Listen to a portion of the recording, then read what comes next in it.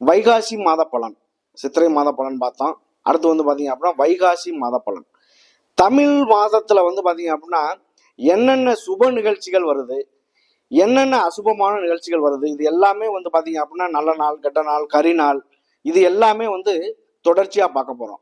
இந்த தமிழ் மாசம் வைகாசி மாசத்துல வந்து பார்த்தீங்க அப்படின்னா முகூர்த்த நாட்கள் மெயினா வந்து பார்த்தீங்க அப்படின்னா ஒரு சுபகாரியம் பண்ணணும், ஒரு நல்லது பண்ணணும் அப்படின்னாலே வந்து பார்த்தீங்க அப்படின்னா நமக்கு முகூர்த்த நாள்கள் தான் தேவைப்படுது. இந்த முகூர்த்த நாள்களில் வந்து பார்த்தீங்க அப்படின்னா 20ஆம் தேதி ஞாயிற்றுக்கிழமை 2/6/2024 இங்கிலீஷ்க்கு. இதே வந்து பார்த்தீங்க அப்படின்னா தமிழில் வந்து 20ஆம் தேதி, 27ஆம் தேதி, 28ஆம் தேதி, 30ஆம் தேதி, இந்த 4 முகூர்த்தங்கள் வந்து பார்த்தீங்க அப்படின்னா நல்ல மெயினான முகூர்த்தமாக இருக்குது. இந்த முகூர்த்தத்தை வந்து நல்ல ஒரு காரியத்துக்கு வந்து பார்த்தீங்க அப்படின்னா பயன்படுத்துறது ரொம்ப ரொம்ப ஒரு சிறப்பான ஒரு விஷயம். இந்த வைகாசி மாசத்துல வந்து பார்த்தீங்க அப்படின்னா மெயினாக வந்து வைகாசி விசாகம் வருது. இந்த விசாக நட்சத்திரங்கிறது வந்து பார்த்தீங்க அப்படின்னா ஒரு ரொம்ப விசேஷமான, வைகாசி மாசத்திலேயே விசாகம் நட்சத்திரங்கிறது வந்து பார்த்தீங்க அப்படின்னா ரொம்ப விசேஷமான ஒன்று. அதுலேயும் வந்து அக்னி நட்சத்திரம் ஓடிக்கிட்டு இருக்கு. அக்னி நட்சத்திரம்னா கத்திரி வெயில் சொல்றோம்ல, இந்த கத்திரி வெயில் வந்து பார்த்தீங்க அப்படின்னா கிட்டத்தட்ட ஒரு 27 நாட்கள் ஓடுது. சித்திரை மாதம் 21ஆம் தேதியே ஆரம்பிச்சிருது. அதாவது 4/5/2024 ஆரம்பிச்சு வைகாசி அதாவது வந்து 18ஆம் தேதி முடியுது. 31/5/2024 இந்த கத்திரி வெயில் முடியுது. கிட்டத்தட்ட 27 நாட்கள் இது நடைமுறையில் இருக்கு. இது கத்திரி வெயிலில் வந்து வெயிலினுடைய தாக்கங்கள் கொஞ்சம் அதிகமாகவே இருக்கும், கண்டிப்பாக இருக்கும். அதுலேயும் வந்து பார்த்தீங்கன்னா வைகாசி விசாகம் அப்படிங்கிறது வந்து பார்த்தீங்க அப்படின்னா 22ஆம் தேதி வருது. வைகாசி மாதம் 22ஆம் தேதி வைகாசி விசாகம். இது ரொம்ப பெரிய விஷயம்.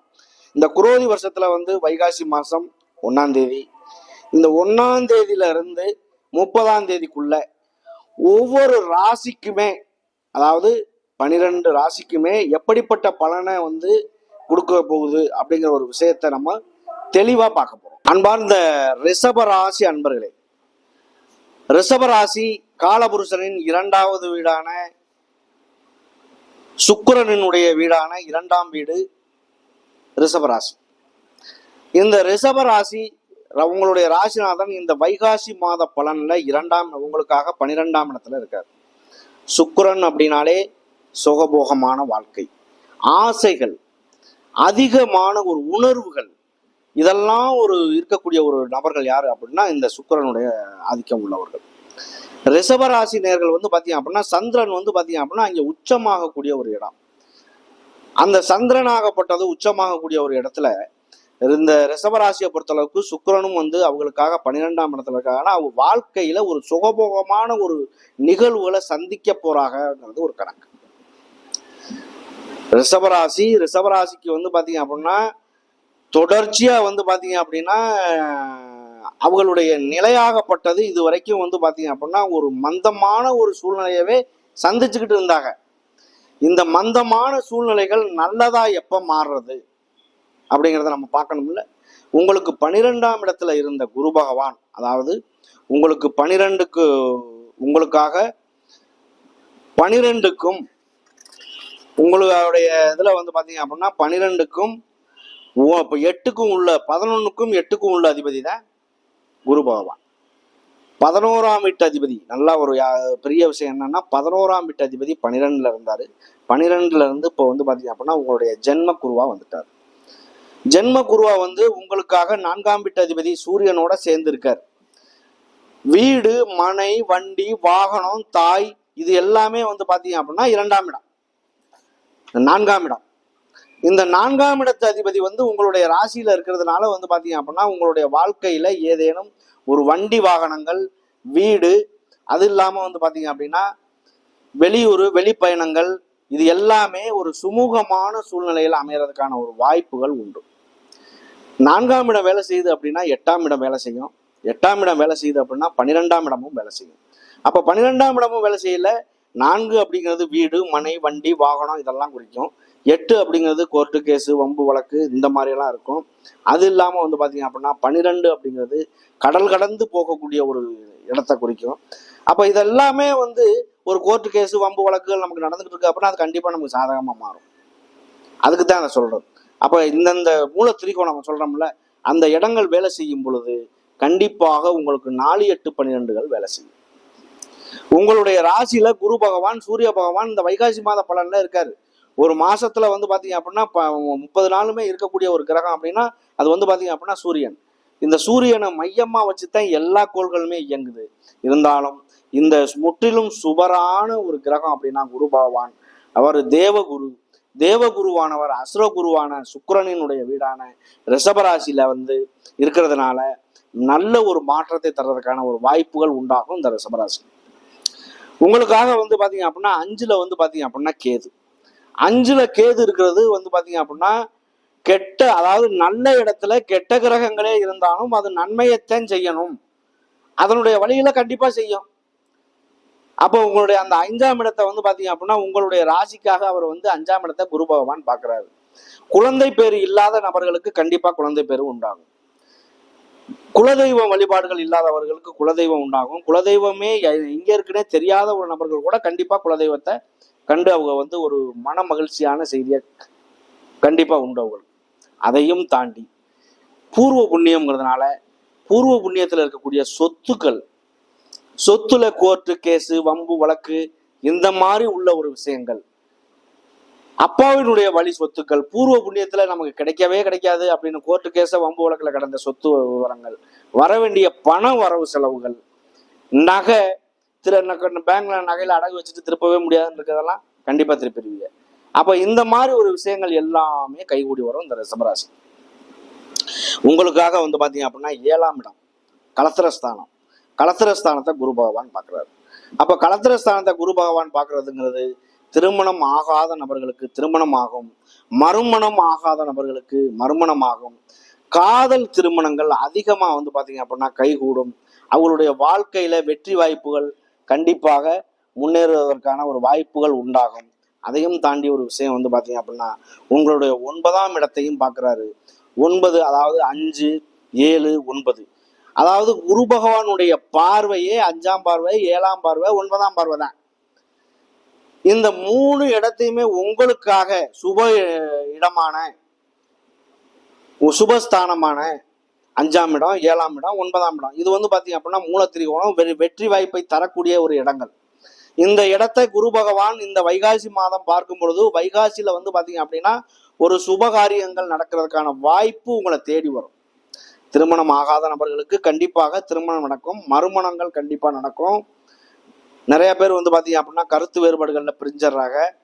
அந்த அப்படி உள்ள நபர்களுக்கெல்லாம் 2ஆம் திருமணம் என்பது கண்டிப்பாக நடக்கும். இதுல ஒரு பெரிய விஷயம் என்ன அப்படின்னா, நம்ம வந்து மே மாசம், ஜூன் மாசம் இந்த மாதிரி ஆங்கிலத்துக்கும் புத்தாண்டு மாத பலன் போடுறோம். இந்த மாத பலன்ல வைகாசி, சித்திரை இதுவும் போடுறோமா, இதுல வந்து பாதி வந்து ஆங்கில மாதம் வரும், பாதி தமிழ் மாதம் வரும். இதுவே ஒரு பெரிய விஷயம். என்னடா ஆங்கில மாதத்துக்கு சொன்னா தானே நமக்கு தெரியும் அப்படின்னு நம்ம நினைச்சிங்க அப்படின்னாலும் 15 நாள் வித்தியாசம், 14 நாள் வித்தியாசத்துல வந்துகிட்டே தான் இருக்கும். அப்ப அப்படி வரும்பொழுது வந்து பாத்தீங்க அப்படின்னா இந்த வைகாசி மாதமாகப்பட்டது வந்து பாத்தீங்க அப்படின்னா உங்களுக்கு இந்த ரிஷபராசியில சூரியன் பயணம் செய்யறதுனால 2வது மாசம், அதாவது புதுசா வீடு முகூர்த்தம் பண்றதா இருந்தாலும் கரெக்டா வாஸ்து நேரத்துல வந்து பண்றீங்க அப்படின்னா அது வந்து உங்களுக்கு ஒரு நல்ல மாற்றத்தை தர்றதுக்கான வாய்ப்பு உண்டு. வாஸ்துல வந்து ஒரு வீடு முகூர்த்தமோ இல்லை ஒரு இடம் முகூர்த்தமோ கடையோ வணிக வளாகங்கள் என்னவா இருந்தாலும் சரி, அதை நீங்க தொடங்குறீங்க அப்படின்னா அந்த வாஸ்து நேரத்துல கரெக்டா கண் விழிக்கிற நேரத்துல நம்ம பண்ணிட்டோம் அப்படின்னா, தாம்பூலம் தரிக்கிற நேரம் சொல்றோம்ல, அந்த தாம்பூலம் தரிக்கிறப்போ வந்து பாத்தீங்க அப்படின்னா நம்ம முகூர்த்தம் பண்றோம் அப்படின்னா வாஸ்து நேரம்ங்கிறது கரெக்டா வந்து பாத்தீங்க அப்படின்னா 18 நிமிஷம் தான். அந்த 18 நிமிஷத்துல நம்ம வாஸ்து பண்றோம் அப்படின்னா கண்டிப்பாக இந்த பில்டிங் வந்து பாத்தீங்க அப்படின்னா நிறைவேறிடும். கடன் வாங்கினாலும் வீடு கட்டிடுவோம், அப்படி ஒரு அமைப்பு வந்துடும். அப்ப அந்த மாதிரி நேரங்களும் உங்களுக்கு கண்டிப்பா உண்டு இந்த ரிஷபராசியை பொறுத்தளவுக்கு. உங்களுக்காக வந்து பாத்தீங்க அப்படின்னா 11ல வந்து பாத்தீங்க அப்படின்னா ஒரு ராகு செவ்வாய், 11ல ராகு செவ்வாய் இருக்கிறது வந்து பாத்தீங்க அப்படின்னா உங்களுக்காக வந்து பாத்தீங்க அப்படின்னா ஒரு நல்ல மாற்றத்தை தர்றதுக்கான வாய்ப்பு உண்டு. ராகு அப்படிங்கிறது பிரம்மாண்டம், செவ்வாய் அப்படிங்கிறது ரெண்டுமே வந்து பாத்தீங்க அப்படின்னா யுத்த கிரகங்கள் தான். இந்த யுத்த கிரகங்களா இருந்தாலும் எதுல வந்து இது அதிகமான டிகிரி எது வாங்குதோ அதை வச்சுதான் வெற்றி தோல்வி அதுகளுக்குள்ள நிர்ணயிக்க முடியும். அப்ப எந்த கிரகம் வெற்றி அடையுதோ அதனுடைய நிலை வந்து உயரும். இப்ப செவ்வாய் வந்து வெற்றி பெறுது அப்படின்னா அது வந்து பூமிக்காரகன், தனக்காரகன். பூமியில வந்து பாத்தீங்க அப்படின்னா அந்த பூமி சம்பந்தமா இடம் வாங்குறது, இந்த மாதிரி விஷயங்கள்லாம் அமையும். ராகு அப்படிங்கிறது பல தொழில், வெளியூர் வெளிப்பயணங்கள் அந்த மாதிரி அமையும். அப்போ எல்லாருக்குமே ஒரே மாதிரி இல்லாம தனித்தனி விஷயங்களா நடக்கும். இந்த ரிஷபராசியை பொறுத்தளவுக்கு கண்டிப்பாக வந்து இந்த மாத பலன் வந்து நம்ம எப்படி சொல்றோம் அப்படின்னா, மாதத்துல பயணம் செய்யக்கூடிய கிரகங்கள் எப்படி பலனை கொடுக்குது. அதாவது சூரியன், சுக்கிரன், புதன், செவ்வாய் வந்து 45 நாள், சுக்கிரன் வந்து எல்லாமே மற்ற கிரகங்கள் எல்லாமே ஒரு மாதம், அந்த மாதிரி ஒரு சூழ்நிலை. இதுல வந்து நீண்ட நாள் பயணம் செய்யக்கூடிய கிரகங்களான சனி பகவான், ராகு கேது, குரு பகவான், இவங்கெல்லாம் பயணம் செஞ்சு எப்படி கொஞ்சம் கொஞ்சமா ஒரு சூழ்நிலையை கொடுக்குறாங்களோ, உயர்வை கொடுக்குறாங்களோ, அதை விட இந்த மாதத்துல பயணம் செய்யக்கூடிய கோள்கள் அந்த ஒரே மாசத்துல அள்ளி கொடுத்துட்டு போயிடும். இது உண்மை. இது ஒரு விதி ஜாதகத்துல உங்களுக்கு அந்த அமைப்பு இருக்கணும். நடக்கக்கூடிய கோச்சாரங்களும் கிரகங்கள் அமைப்பு அப்படி இருக்கணும். தசாபுத்தி காலங்களும் நல்ல நிலையில இருக்கணும். இருந்தால் எந்த விதத்திலையாவது உயர்வு அப்படிங்கிறது கண்டிப்பா உண்டு. அப்போ எந்த ராசியா இருந்தாலுமே, அதாவது 12 ராசிகள்ல எந்த ராசியா இருந்தாலுமே கிரகங்களுடைய அடிப்படையும் சரி, கோச்சார பலனும் சரி, தசாபுத்தி காலங்கள், விதியினுடைய அமைப்பு எல்லாமே ஒரு நல்ல நிலையில இருக்குன்னா அவருக்கு எந்த கஷ்டம் வரப்போகுது, அது நல்ல நிலையில தான் வரும். ஒரு சிலர் வந்து பாத்தீங்க அப்படின்னா கஷ்ட சூழ்நிலையவே சந்திச்சுக்கிட்டு இருக்கேன் அப்படின்னு ஒரு சிலர் நினைக்கலாம், இருக்கலாம்.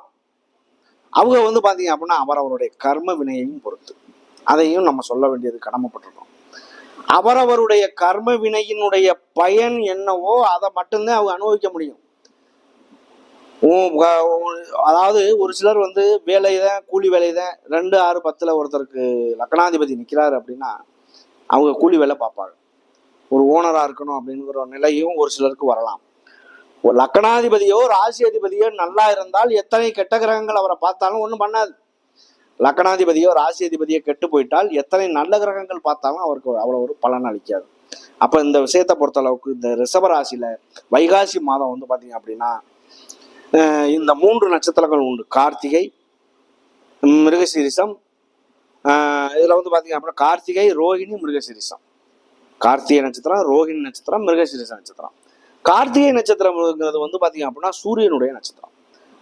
சூரியனுடைய நட்சத்திரம் வந்து பாத்தீங்க அப்படின்னா 3 பாதங்கள் அதுல வரும். இந்த சூரிய பகவான் உங்களுக்கு 4ஆம் வீட்டதிபதி உங்களுடைய ராசியிலேயே இருக்கிறதுனால அதுவே உங்களுக்கு ஒரு பிளஸ் பாயிண்ட் அமையறதுக்கான வாய்ப்பு உண்டு. நல்லதாவே இருக்கும்.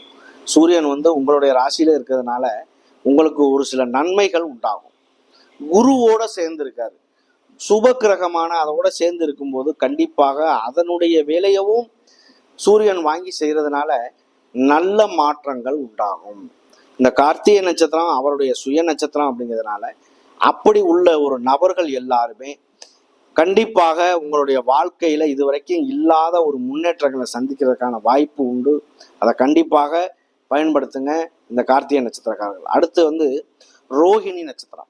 ரோஹிணி நட்சத்திரம் என்பது வந்து பாத்தீங்க அப்படின்னா ரோஹிணி, ஹஸ்தம், திருவோணம், இந்த 3 நட்சத்திரங்கள் வந்து பாத்தீங்க அப்படின்னா சந்திரனுடைய நட்சத்திரம். இந்த ரோஹிணி நட்சத்திரத்துல வரும்பொழுதுதான் இந்த சந்திர பகவான் வந்து இந்த ரிஷபராசியில உச்சமடைகிறார்.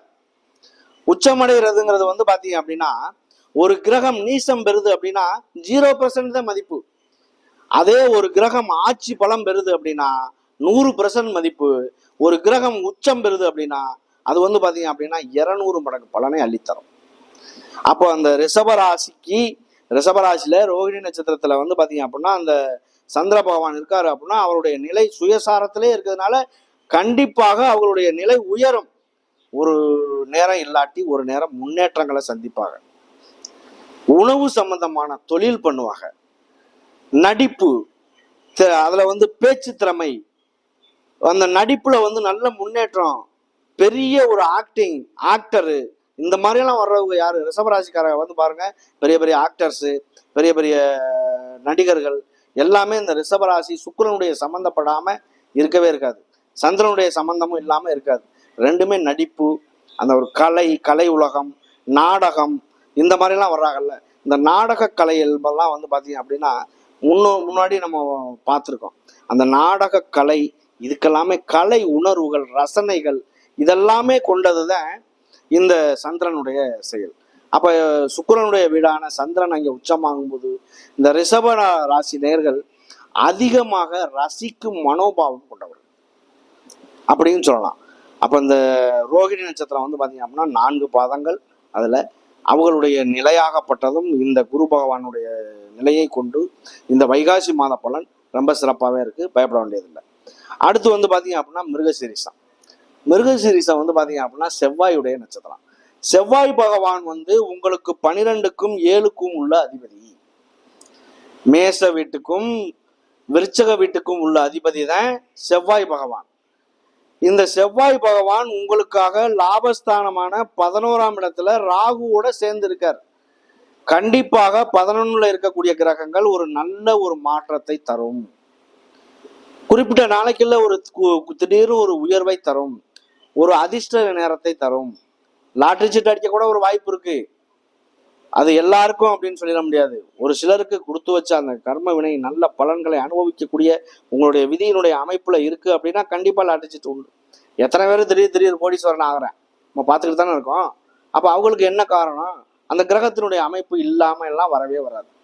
கண்டிப்பாக கோடீஸ்வர யோகம் இருக்கும், அவர் கோடீஸ்வரனா ஆவார். அப்ப இந்த மிருகசீரிச நட்சத்திரம் செவ்வாயுடைய நட்சத்திரங்கிறதுனால அதிகமான ஒரு கோப குணத்தையும் கொண்டிருப்பவர்கள் இருப்பாங்க. செவ்வாய் அப்படின்னாலே ஒரு விபரீதமான முடிவெடுக்கிறது, கோபத்துல ஒரு முடிவெடுக்கிறது. ஒரு செவ்வாய் ஒருத்தருக்கு வந்து நல்லபடியா அமைஞ்சிருக்கு, விபரீதமா அமைஞ்சிருக்கு, நல்லவன் கெட்டவன் வந்து அதை நிர்ணயிக்கிறது எதை வச்சு? நல்ல மனிதனாகவும் இருப்பாரு, கெட்ட மனிதனாகவும் இருப்பாரு. அவரை செவ்வாயை வச்சு நிர்ணயிக்கலாம். செவ்வாய் பலவீனமா இருந்துச்சு அப்படின்னா ஒரு